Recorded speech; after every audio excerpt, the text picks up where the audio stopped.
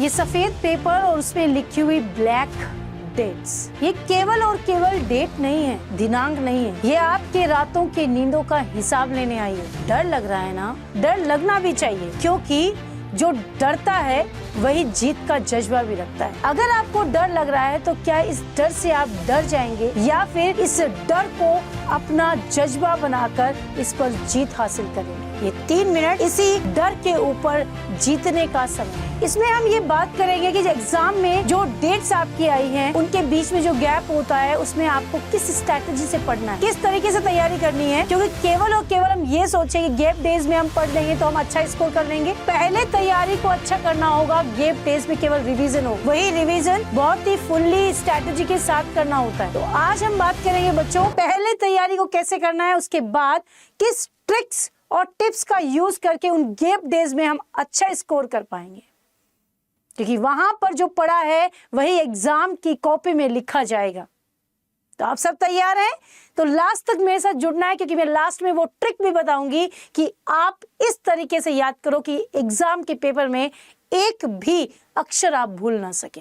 चलिए शुरू करते हैं। सबसे पहले हम बात करते हैं बच्चों आपकी डेट शीट की, जो कि 18 फरवरी से शुरू है। राइट, एग्जाम का टाइम टेबल आपके सामने। 18 फरवरी को आपका हिंदी का, 20 को अंग्रेजी, 23 को जीव विज्ञान और गणित, 24 की छुट्टी, 25 को केमिस्ट्री है, एक ही दिन की छुट्टी है, 26 को आपका मतलब कि फिर छुट्टी और 27 को आपका भौतिक विज्ञान का पेपर है। ये टाइम टेबल हमेशा याद होना चाहिए जब तक एग्जाम शुरू नहीं हो जाता और एंड नहीं हो जाता। आपको बिल्कुल क्लियर होना चाहिए कि मेरा किस दिन कौन सा पेपर और टाइमिंग क्या है। राइट, अब बात करते हैं बच्चों की सबसे पहले कि हम जब टाइम टेबल को एनालाइज कर रहे होते हैं तो हमारे दिमाग में क्या चल रहा होता है, हमने क्या क्या पढ़ा है, अब हम उन गैप डेज में कैसे रिवीजन करेंगे। तो वो ओवरव्यू क्या कहता है कि जब आप हिंदी का पेपर दे रहे हैं उसमें शुरुआत धमाकेदारी करनी है और राइटिंग और ग्रामर पे आपको फोकस करना है। यानी हिंदी और इंग्लिश में जब आप बात करते हैं तो आपको हिंदी के अंदर ग्रामर पे फोकस करना होगा। इंग्लिश में बात करें तो पिछले साल में आपको एक ही दिन का गैप है, पिछले साल में लेटर और अनसीन पैसेज जो है वो देख ले। वहीं बायो और मैथ की बात करें तो डायग्राम और फॉर्मूलाज पे फोकस करें। रसायन विज्ञान की बात करें तो ऑर्गेनिक केमिस्ट्री और फिजिकल केमिस्ट्री के फॉर्मूलाज को ठीक से पढ़ना पड़ेगा। और भौतिक विज्ञान में आपको डेरिवेशन और न्यूमेरिकल पर आखिरी प्रहार करना होगा। यानी कि जो आपको एक दिन का समय मिलेगा, एक एक दिन का जो गैप है उसमें आपको दिमाग में एक पूरा फिक्स होना चाहिए। कहते हैं बिना योजना के जब हम पढ़ते हैं ना तो हमें पता ही नहीं होता है कहाँ से क्या उठ रहा है, क्या पढ़ रहे हैं। हर कोई चीज़ को, चैप्टर को खोलते हैं, हम पढ़ना शुरू करते हैं, उससे हम सारा कुछ, हमारा पूरा स्ट्रेटजी अस्त व्यस्त होती है, हमें पता ही नहीं होता कब क्या पढ़ना है। राइट, तो अब आ जाते हैं भाई मास्टर प्लान कि आपको प्रॉपरली क्या किस तरीके से पढ़ना है। आपको प्रॉपर समझ में आ रहा है कि 18 और 20 फरवरी को आपका हिंदी और इंग्लिश का पेपर है, सबको पता है, साफ मैंने यहाँ लिखा भी है कि ये स्कोरिंग सब्जेक्ट है आपके। ये वो सब्जेक्ट है जहाँ 80-70% किसी बच्चे का सोच रहा है और अच्छे से उसने हिंदी इंग्लिश का पेपर कर दिया तो 90% लाने से कोई रोक नहीं सकता। इसलिए बढ़िया तैयारी करो हिंदी इंग्लिश की। सबसे अच्छी बात यह है कि ये जो सब्जेक्ट है वो तुम्हारी रुकी हुई जो नैया है उसको पार लगा सकता है। उसके बाद में आपका बायोलॉजी और मैथ, आपको इसमें 2 दिन मिले हैं। ये 2 दिन आपको बढ़िया से प्रैक्टिस करनी है। मैथ में आपको ज्यादा से ज्यादा आपकी जो एक्सरसाइज है उनको प्रैक्टिस करना है। फॉर्मूलाज को एक साइड में लिखो मैथ के अंदर और उन्हीं फॉर्मूलाज से बार बार क्वेश्चंस करो, क्योंकि एक फॉर्मूला से कई क्वेश्चंस होते हैं। इस स्ट्रेटजी को फॉलो करना, फॉर्मूलाज को एक साइड, फिर उससे क्वेश्चंस बनाओ। बायोलॉजी में वहीं पर टॉपिक से डायग्राम कहाँ आते हैं उनको और कहाँ से थ्योरेटिकल क्वेश्चन आ रहा है वो जरूर अच्छे से करें। डायग्राम पे फोकस करना ही करना है, डायरेक्ट क्वेश्चन आएगा। वहीं अगर केमिस्ट्री और फिजिक्स की बात करें तो आपको लग रहा होगा कि ये बहुत ही वाइड है, इसका सिलेबस नहीं है। अगर आप फिजिक्स की बात करें तो डेरिवेशंस जो है वो फिक्स्ड हैं, बार बार रिपीट हो रही हैं और आपको लगता है कि इसको हम कहाँ से पढ़ें, तो इसी चैनल के ऊपर प्लेलिस्ट में जाकर के आप देखोगे तो हर सब्जेक्ट की प्लेलिस्ट बनी है। 15 दिन का हार्ड चैलेंज कराया है, एक रामबाण सीरीज चली हुई है, वहां पर उसको भी पढ़ लोगे तो आपको आइडिया लग जाएगा कि पेपर कैसा आ रहा है, क्योंकि उसमें 5 साल के पेपर्स के अकॉर्डिंग टॉपिक्स को डिवाइड करके हमने पढ़ाया है। तो जाकर के देखो उसको। उसके बाद में पूरे साल जितना कुछ पढ़ा है वो सब कुछ आपको इन 2 दिनों में रिवाइज करना है, राइट। उसके बाद आते हैं कि आप जब पढ़ाई करके पेपर वाला जो दिन होता है वो फिनिशिंग डे होता है, कि अब आपको अंजाम पे पहुंचाना है एग्जाम में लिखकर कि जो साल भर आपने पढ़ा है उसका रिजल्ट आपका 3 घंटे का पेपर दे देगा। पर उसमें कैसे लिखना है, क्या करना है, तो सबसे पहले आप जब पढ़ रहे हो तो रैपिड फायर रिवीजन आपको आना चाहिए।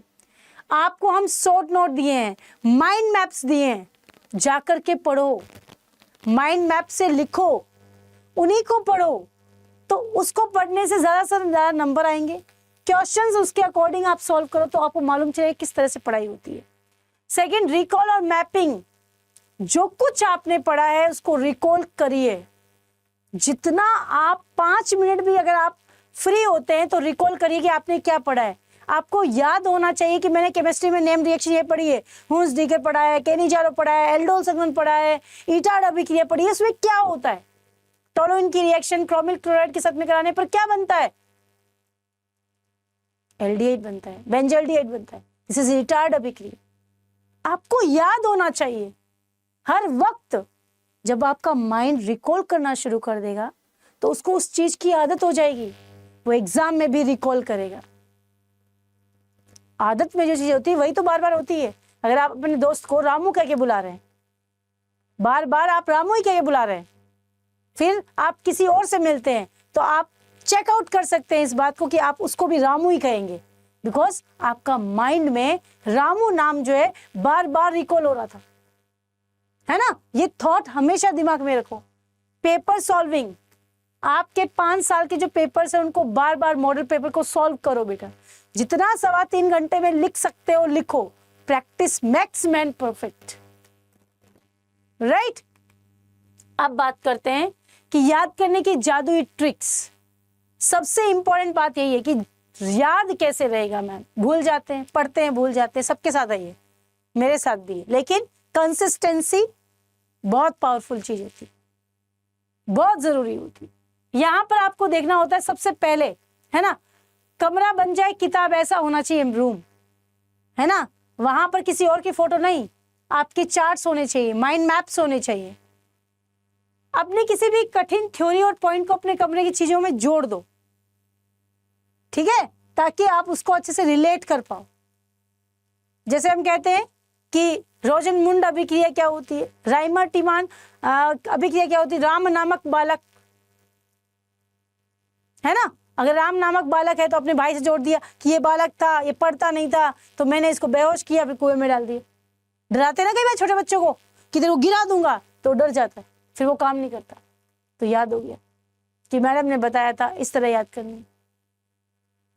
समझ रहे हैं, हल्की चीज होती है उसे ऐसे ही फेंक देते। फिंकेलस्टाइन अभिक्रिया। स्वार्थी लोग होते, तुम्हारे दोस्त लोग हैं वो स्वार्थी है, तुमसे ही चीजें लेते रहते हैं, ये बता दे वो बता दे, वो कुछ नहीं बताएंगे। स्वार्टज अभिक्रिया, जहां पर क्या बनेगा, एल्किल फ्लोराइड बनेगा, फिंकेलस्टाइन में एल्किल आयोडाइड बनेगा। ये चीजें अपनी रियल लाइफ से कनेक्ट करो, उतना आसान होगा, है ना। दरवाजे पर ओम का नियम लिखकर खिड़की पर न्यूटन्स लॉ लिख दो। एग्जाम में आंखें बंद करोगे तो अपना कमरे का दरवाजा याद आएगा। अगर कोई टुकड़ों में तोड़ दो, चीजों को टुकड़ों में तोड़ो, ऐसे नहीं, नेम रिएक्शन को सबको एक साथ तो नहीं पढ़ सकते, 2 पढ़ी, 3 पढ़ी, 4 पढ़ी, अलग अलग जगह रखो, फिर याद होगा। कह रहे हैं कि तोड़ दो टुकड़ों में। अक्सर हम कोई भी फॉर्मूला लिख रहे होते हैं तो हमें याद नहीं होता। जैसे फोन नंबर है 9650, याद नहीं, इतना लंबा याद नहीं होगा, टुकड़ों में तोड़ दो तो याद हो जाता है। सही है। वहीं पर टीचर खुद बन जाओ। जैसे कोई टॉपिक पढ़ाया है, सबसे फिनोमिनल स्ट्रेटजी है।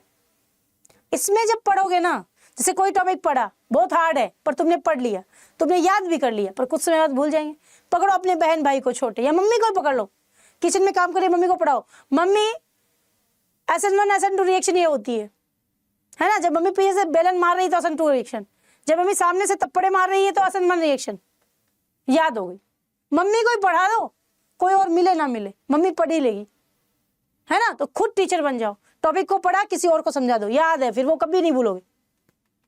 क्लियर? अब आओ भाई, तो ये सबसे इंपॉर्टेंट ट्रिक्स थी जो आप अगर फॉलो करते हैं तो अच्छे से आप कवर कर पाएंगे। तो कैसी लगी आपको ये वीडियो, कितनी है हेल्पफुल, कमेंट करके जरूर बताइए। और क्या है जो परेशान कर रहा है, कमेंट में पिन करके जाओ, मैं उसके लिए आपको वीडियो बनाऊंगी। आपकी प्रॉब्लम्स मेरी प्रॉब्लम है, लेकिन प्रॉब्लम बताना पड़ेगा। मैं अपने आप कैसे समझूं कि बच्चों की क्या प्रॉब्लम है। तो प्लीज बच्चों इस स्ट्रेटेजी को फॉलो कीजिए अच्छे से, और ज्यादा से ज्यादा अपने दोस्तों के साथ शेयर कीजिए, क्योंकि ये दिक्कत हर बच्चे को आ रही है। तो मिलते हैं फिर वीडियोस के साथ क्लासेस में, तब तक जय हिंद।